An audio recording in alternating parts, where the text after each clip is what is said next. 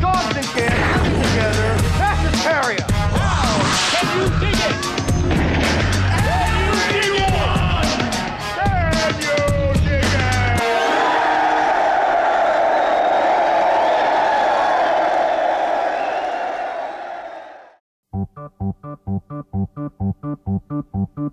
Happy, happy Halloween, Halloween, Halloween. Happy, happy Halloween, silver shamrock.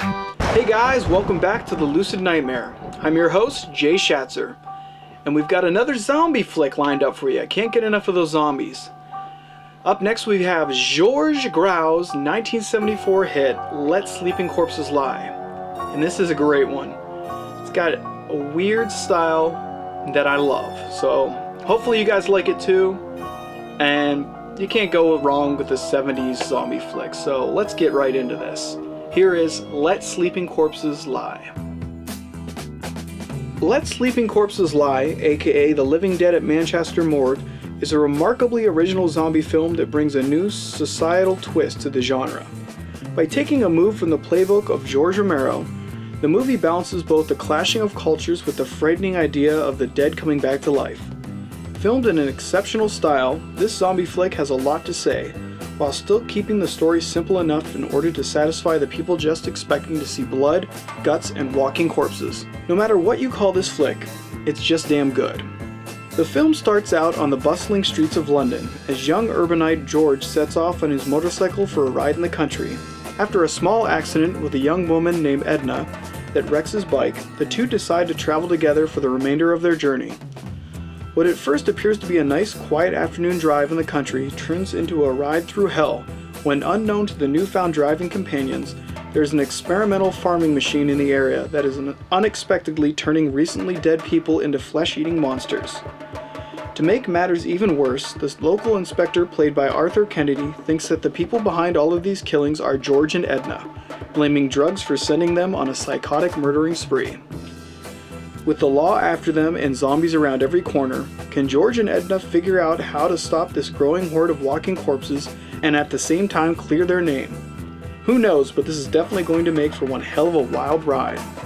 Ray Lovelock plays the role of George, a sensible young man who just wants to escape the congested city life and spend some quiet time in the country, far away from the lifeless and monotonous tone of urban lifestyle.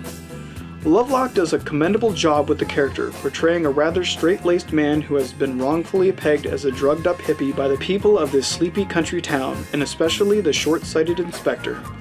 His character, in a sense, is the most noble of the bunch, fighting tooth and nail to save the people from this unreal menace, while at the same time trying desperately to keep his newfound friend, Edna, safe.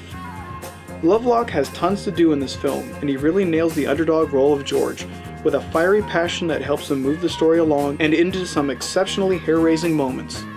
Christina Galbo brings a different kind of sensibility to the role of Edna, making her character more of a pacifist when it comes to progressing the story into exciting territory.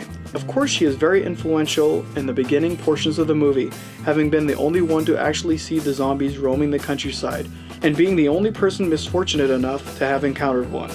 These moments when she's desperately trying to convince people the reality of the zombies and their impending danger on the community are dire ones filled with brooding atmosphere, and we genuinely feel her pain in not getting through to them.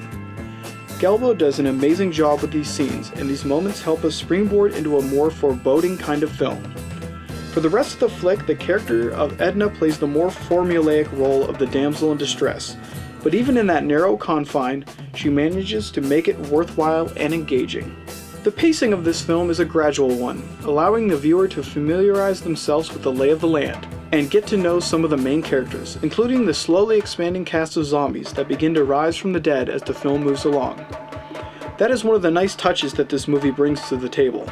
We start with one lone zombie, a local man who was drowned a few days prior, and we then branch out from there as he makes his way across the countryside, feeding as he goes.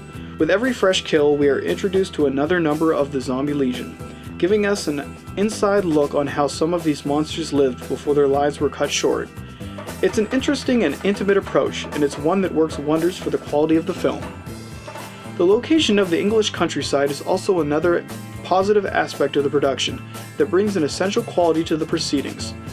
With its picturesque landscapes during the day, filled with rolling hills and lush views, and the overwhelming darkness that night brings in these secluded locales, the film makes for an exceptional viewing experience that's just right for a zombie uprising.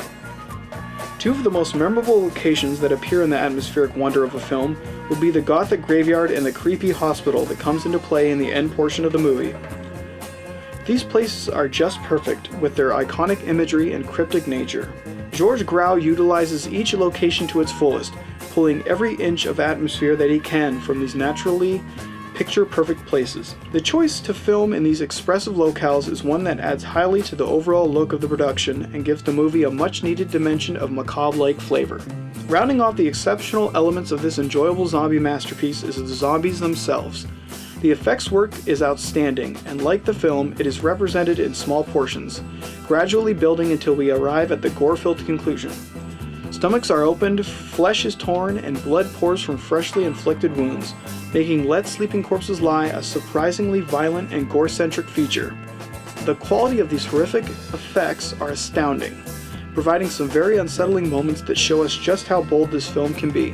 This is definitely a well put together zombie film that is both diligent in creating the believable effects that you need in order to tell a sufficient zombie tale, while at the same time providing a prominent group of actors to portray the decomposing ghouls in all their ghastly glory. The film has the goods and it knows how to use it.